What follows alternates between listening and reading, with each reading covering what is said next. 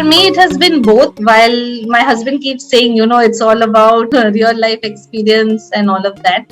But I believe that it's basically a transition. So it's only when you know certain theories that you try using it on field. Like I gave you an example of my manufacturing days.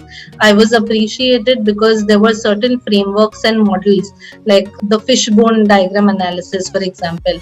I didn't know I was going to be in the R&D team, but that fishbone analysis was so helpful for me because I could put in the cause and effect analysis so seamlessly. And that's when we came to know as to several reasons why the UMs were failing, and then we could make certain rectifications.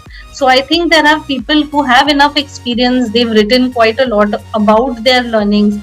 So why not gain that first and then implement your own experience also? So I think it's a combination and it can't be standalone.